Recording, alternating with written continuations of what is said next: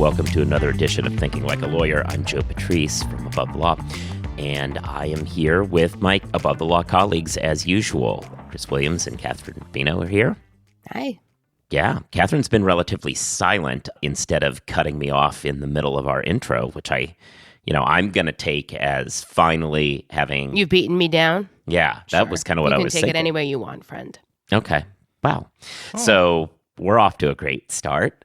How is everybody? Oh, I guess this is small talk, so... Yeah. So how is everybody? I recently started season 3 of The Boys. Oh, Nice. okay. That hero show on Amazon. And I always forget that exists. Yeah. I did too, until I saw this one meme of a guy being birthed through a penis. And I was like, yeah, I need to get Intrigued. context. Yeah. And then I saw the first episode of season 3 and I got the context. And I was like, oh, this is the show. This is the show that I've been missing. So that's been me. I feel like that's an argument for a C-section. I think that was a P section, to be honest. Oh, yeah. Yeah. Whichever it is.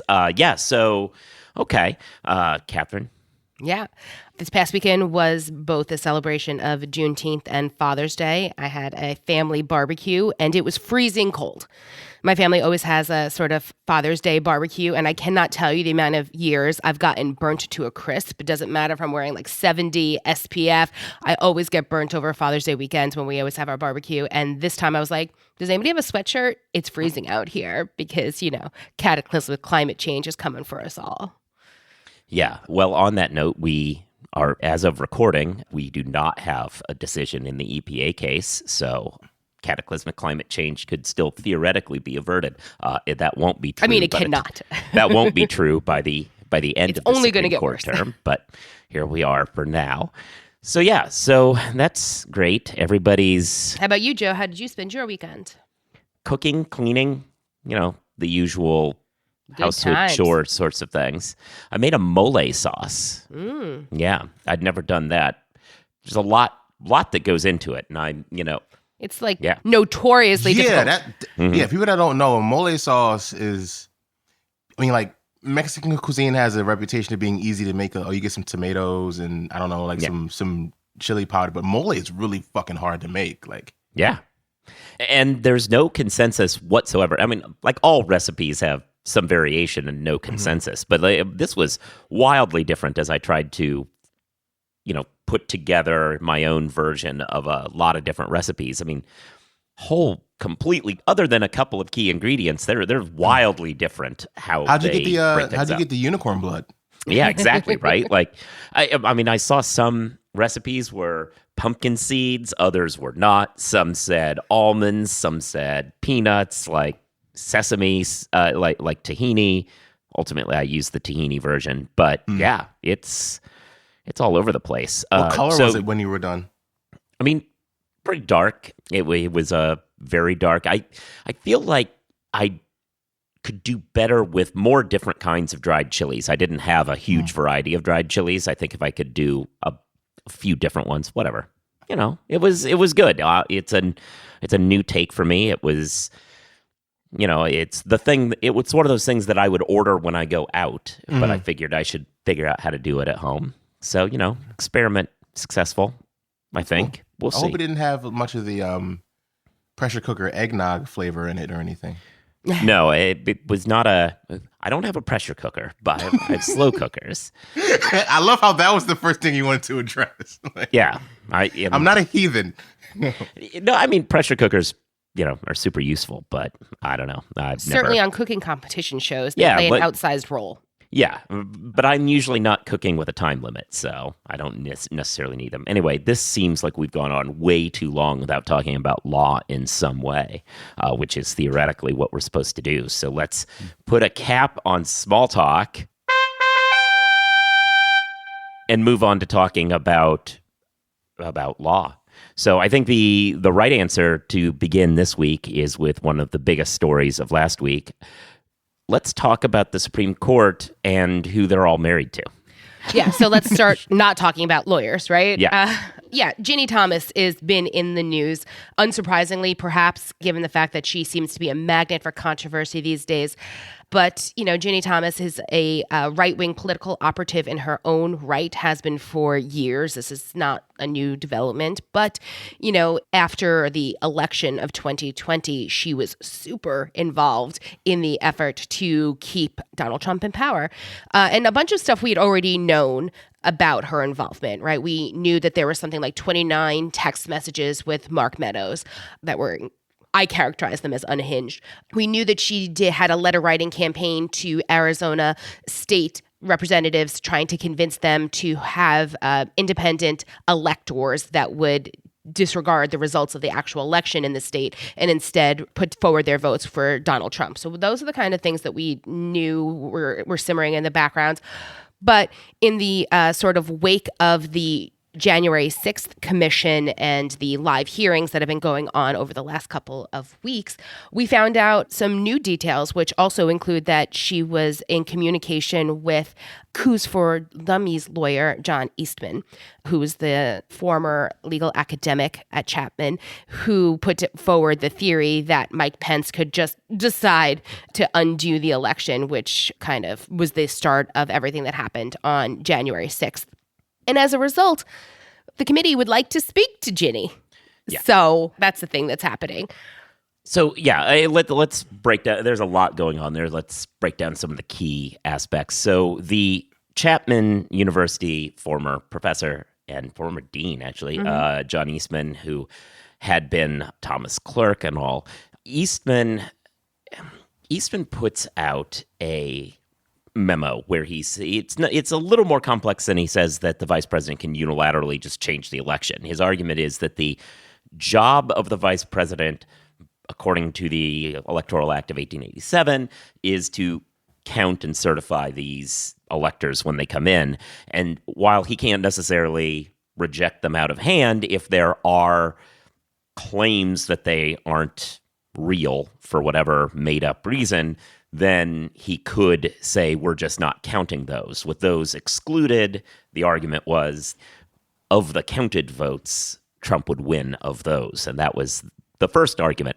And then the second argument was, as when people thought that was too crazy, he argued that, well, maybe what he can do is say certain states, like in particular, like a Wisconsin or Arizona, where there were state legislatures that were run by Republicans. Instead, maybe what Pence had the right to do is say, because of controversy surrounding these, we're sending it back to the legislature to tell us who actually won in their own right, and that the state legislatures then could disregard the vote and just say that Trump won. So those were the two competing theories. He apparently was in communications with Ginni Thomas about this. The next wrinkle that then comes up is he's also sending around emails telling people that he has been told that the Supreme Court justices are having internal fights and disagreements over whether or not these election lawsuits should go forward. This indicates that he has some inside information about private Supreme Court deliberations. That would seem to be, one of those leaks that everybody told us was so problematic. The only person that he seems to have been in communication with throughout all of this is Ginni Thomas, leading everybody to make the, 2 + 2 = 4 conclusion that Ginni Thomas is the source of this information that he's pawning off on people, which then led to some folks making the next dog bites man conclusion, which is that we have a known leaker at the Supreme Court releasing this Dobbs opinion. Most of us have largely come around to the idea that the conventional wisdom at this point is that Ginni is probably that leaker too, releasing the opinion in a way to stop conservatives who had signed on to it in theory from potentially defecting to a more moderate course advocated by Chief Justice Roberts.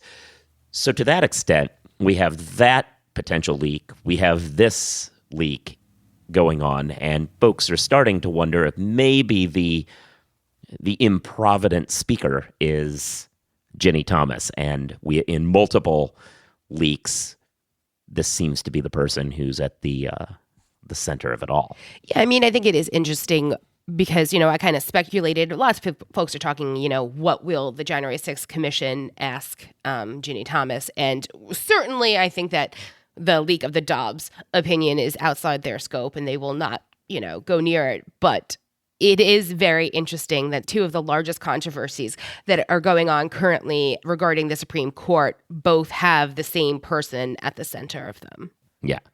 It is, the idea that, we needed to find a leaker, and then we start hearing about somebody in communication leaking, and it's just like... That wasn't okay. What? That was terrifying. That was terrifying. It was not... No. No? No. See, I thought it was very appropriate. I'm not saying it wasn't appropriate. Yeah. It was startling. It was unnecessary. It was not very cash money of you. Art is always startling.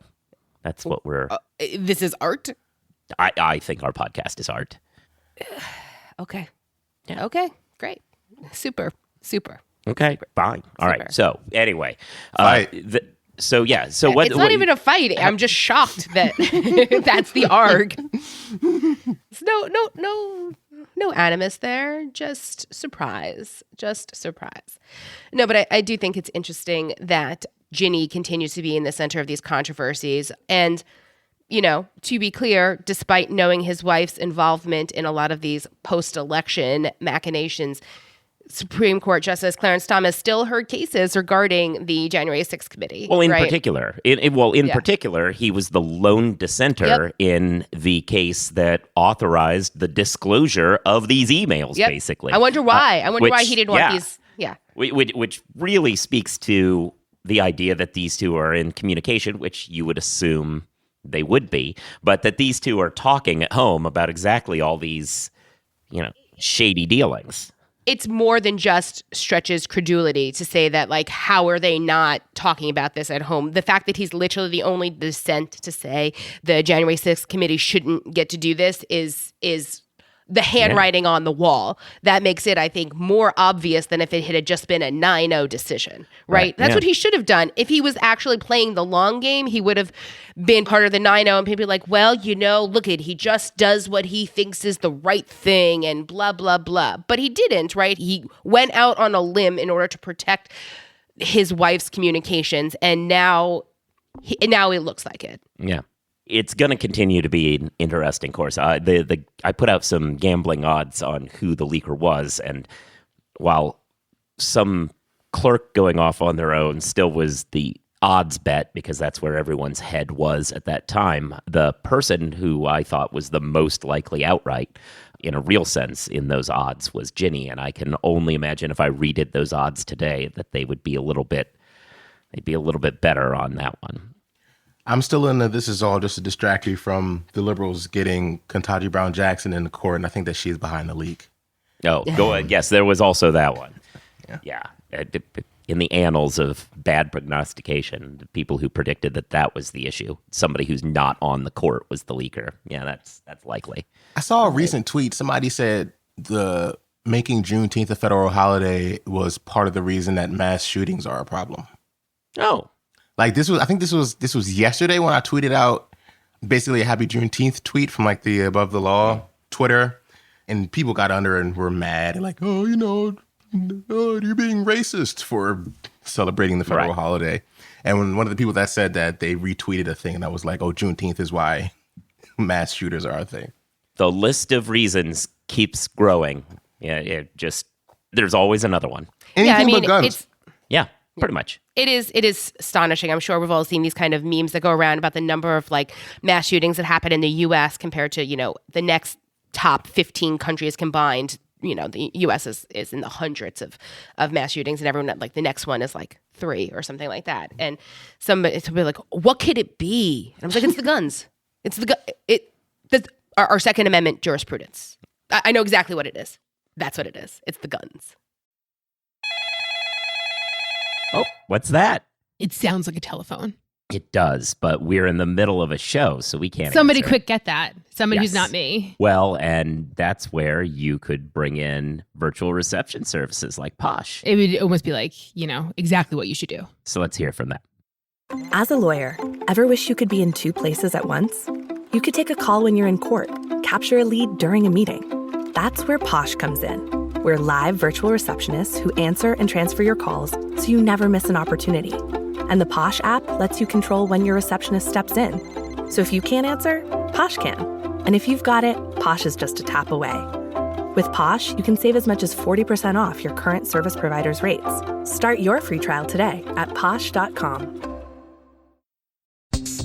Today's legal news is rarely as straightforward as the headlines that accompany them. On Lawyer to Lawyer, we provide the legal perspective you need to better understand the current events that shape our society. Join me, Craig Williams, and a wide variety of industry experts as we break down the top stories. Follow Lawyer to Lawyer on the Legal Talk Network or wherever you subscribe to podcasts.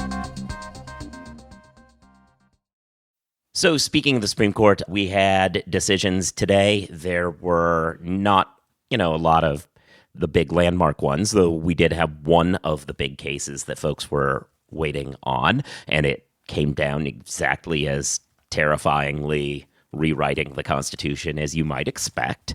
And that decision was the Maine decision, which expands now the free exercise clause of the First Amendment to the point where, and I think Justice Breyer in dissent puts this pretty well, it now extends the free exercise clause to overrule the Establishment Clause.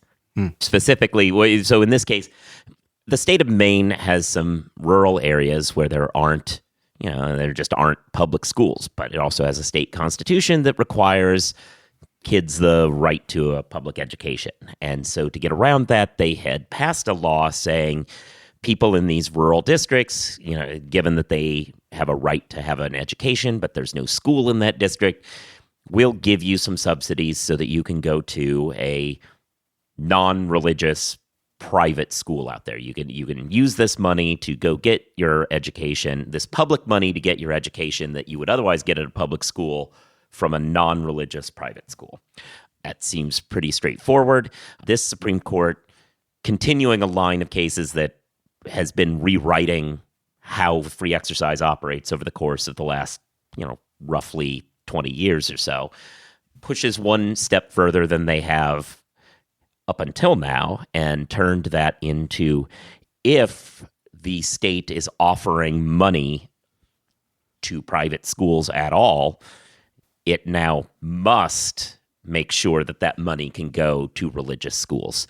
This attempt by the state to avoid an Establishment Clause problem, according to this new Supreme Court opinion, violates the Free Exercise Clause. So it is a violation of free exercise to give somebody money that they then could go use on religion, even though there's no attempt to prevent them from, it's not about them being able to exercise their religion. It's about them being able to go to a school. That is distinct. If they wanted to go to a religious school, they could have done that on their own. It's just the public money is meant to go for non-religious education. Which this is, obviously this has come up before. This is kind of an extension of prior cases that had said, if you're, for instance, giving money to schools through kind of a voucher program, and they wanted to utilize that money for a religious school for non-religious uses, it was wrong for the state to say, oh, well, you can't give it to the Lutheran school, basically. Mm-hmm. That was previous case law saying that, yes, it would still be wrong to, you could still make the distinction about whether or not the money's going to religious uses, but you can't say because it's religious per se, you don't get it. This opinion now pushes past that and now says that you must give it to religious use. And Breyer actually points to one of the schools involved in the case, which is a school that has as part of its mission statement that gay people are not allowed to be there, and that its primary mission is to, teach everybody that Christ is their personal savior. These statements would seem to suggest that the money is not going to, buying textbooks about math, but instead going toward religious education, which is what we used to call an Establishment Clause violation when we had an Establishment Clause. Yeah, I mean, just the kind of gymnastics and hoops involved that the decision has to jump through in order to come to the predetermined conclusion, right? It was always going to, given the current composition of the court, right? It was always going to kind of be this pro-religion kind of jurisprudence, but just kind of the way that they had to jump through the hoops to make it all kind of make sense. I mean, it doesn't if you're familiar at all with First Amendment jurisprudence, but here we are. Yeah. It's an interesting move. Now, Justice Breyer is very cold about it. We just rewrote this such that the first clause of the religion rules is gone. The established clause is just gone. Apparently, we just don't like the first clause of amendments. You know, the whole well-regulated militia. We've just kind of forgotten about that part. That's actually the joke in my write-up of it is, man, this guy's going to be upset when Bruin comes out. The founders are so genius, and paying attention to the text is so important that we could just ignore every clause before the one that we really are focusing on. That we have decided meet our current political goals. Yeah. It's not great. So on that note, we have this opinion. Not on that note. That was just a bad transition to what I was going to say, which is Sotomayor takes another dissent, largely agreeing with Breyer, but being a little more directly confrontational about it, making some statement along the lines of, I'm terrified of where this court is going to lead us next, which is... I mean, aren't we all? Yeah. And I think we're about to find out. Same. Yeah. As of the time you're hearing this podcast, there are 13 cases left to go, including almost all of the big ticket ones besides this church and state case. There is one scheduled day left for those to be released. The idea that they're going to release 13 on that day are highly unlikely. So we assume that after Thursday, there will be some other day or days added. So this term's not over yet. Yeah, folks. they're just going to, I think, figure out when is the day that most people are likely to be otherwise busy and occupied and not spending nearly as much time thinking about the Supreme Court, in which case they will release.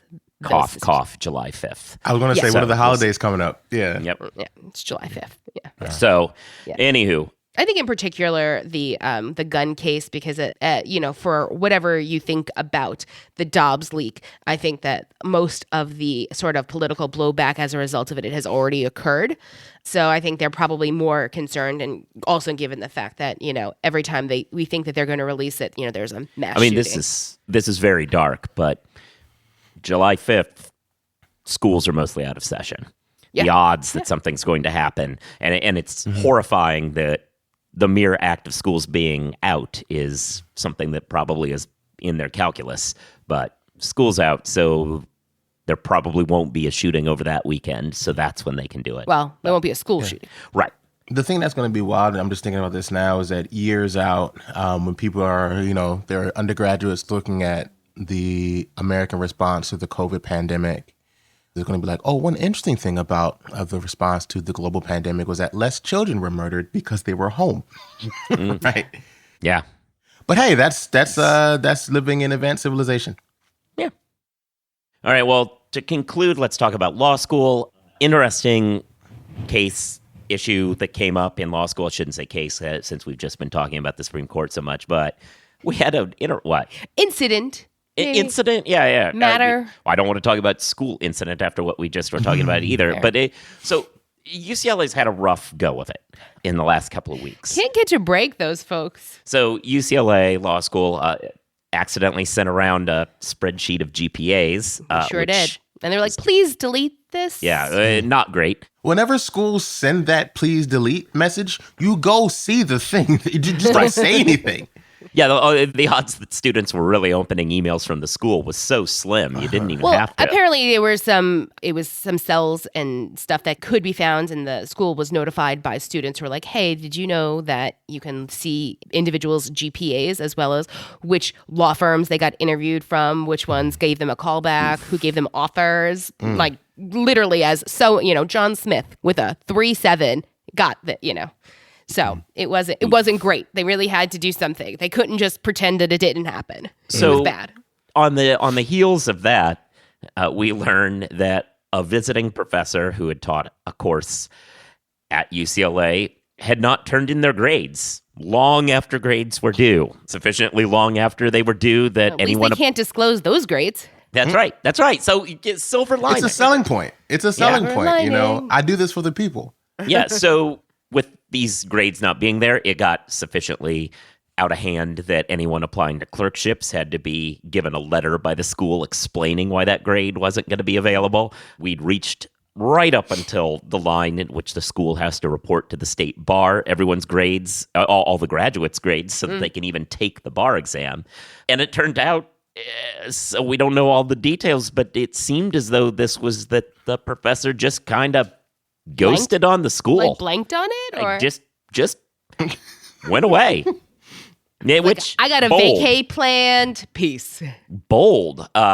In particular with an exam that I gather from tipsters talking about it had a 3,000 word limit. So it's not like it was a particularly long exam either, but yeah, just disappeared. And according to students who talked about it, they reached out to the school and the school said, yeah, we're also not able to get a hold of this guy. Hey, look, so he just disappeared. Everybody makes a good talk about work-life balance. This is it. This is it. You know, like, hey, look, the semester's over.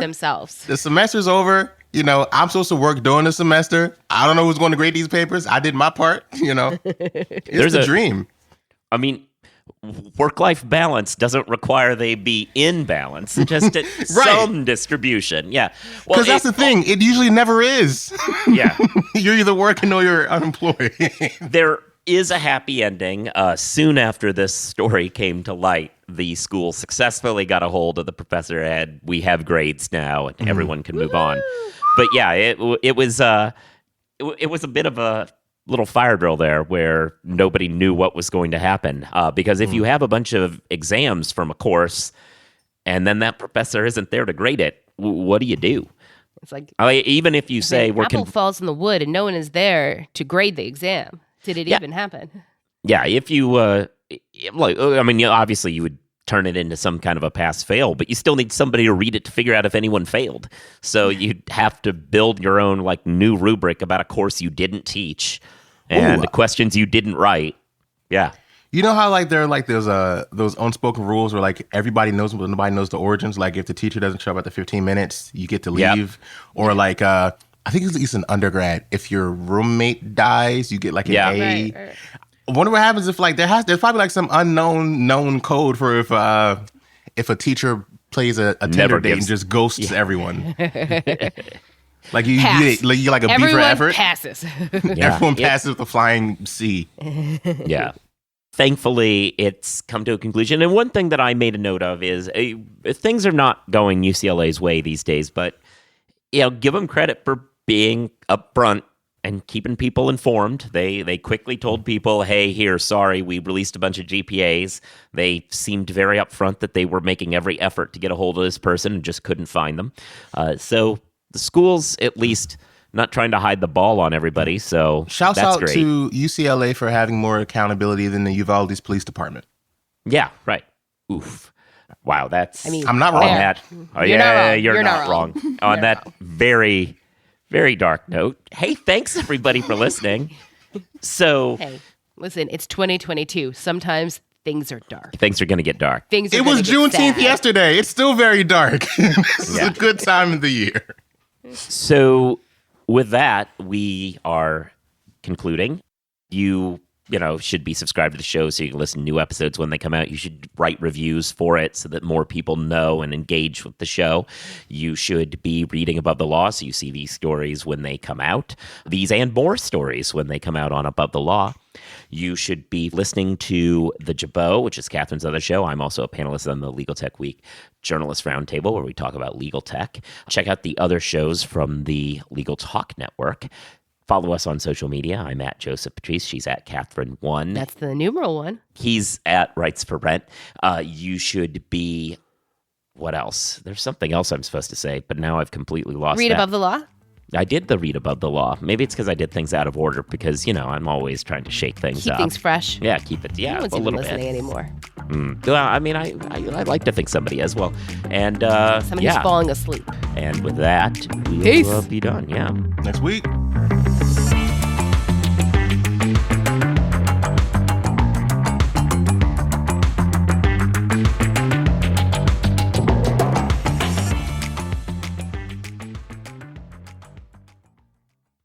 Thanks to our sponsor, Posh.